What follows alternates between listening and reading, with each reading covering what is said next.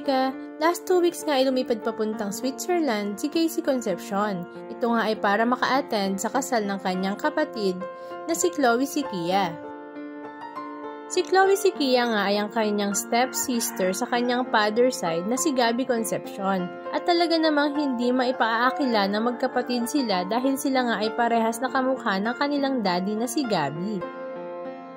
Sa social media account nga ni Casey Concepcion ay ibinahagi nga niya ang ilan sa mga ganap sa kasal ng kanyang kapatid na si Chloe. At the same time, ang before and after wedding ganap niya sa Switzerland. At ipinasilip nga rin niya ang kanyang paragliding experience. Halika at panoorin natin.